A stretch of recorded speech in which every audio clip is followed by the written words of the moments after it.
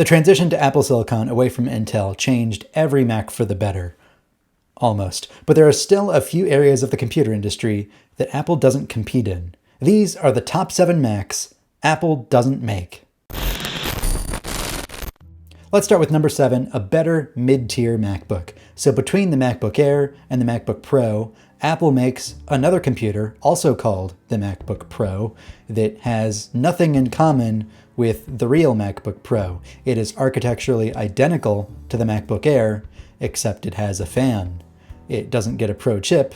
Apparently, all you need to be Pro is a fan. Apple could do a better job filling the gap between these two computers. Get rid of the touch bar, add MagSafe, keep the basic 13-inch rectangular screen, but add a real Pro chip inside. You would have a faster, more capable computer at a lower price. Number 6, rumors earlier this year suggested that Apple could be working on a lower cost MacBook to get themselves back into the education market.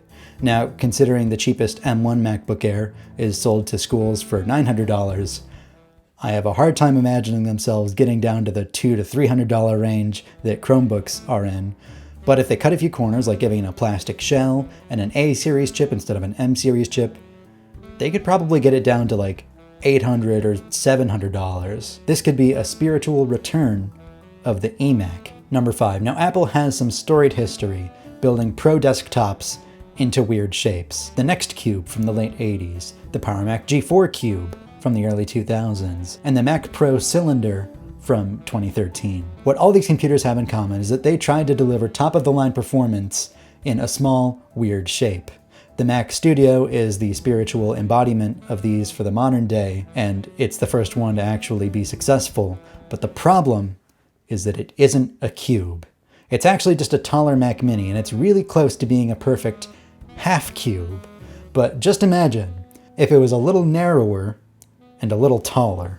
Or they could innovate their way into a brand new shape, a pyramid, a trapezoid, a giant apple. Number 4, now everyone loves the colorful new iMac. It's the perfect computer for small businesses and home offices, but it only comes in one 24-inch size, which is kind of small for a desktop display these days.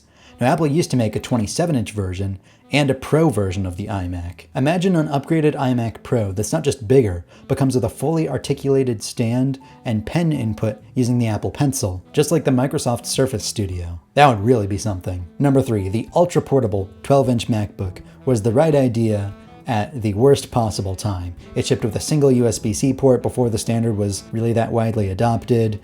It had an Intel chip inside that was far too slow, and it debuted with the Butterfly keyboard, which was destined to fail. Apple could do a much better job this time around. An M-series chip inside would give it all the power and efficiency you need.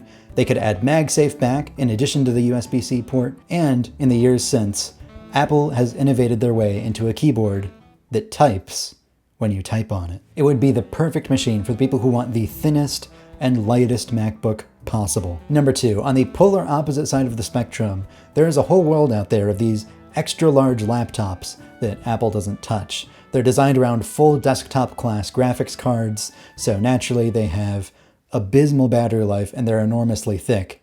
But Apple could show them how it's done. The Pro and Max chips are available in the MacBook Pro with the same degree of performance as its desktop counterparts, and it still gets all-day battery life.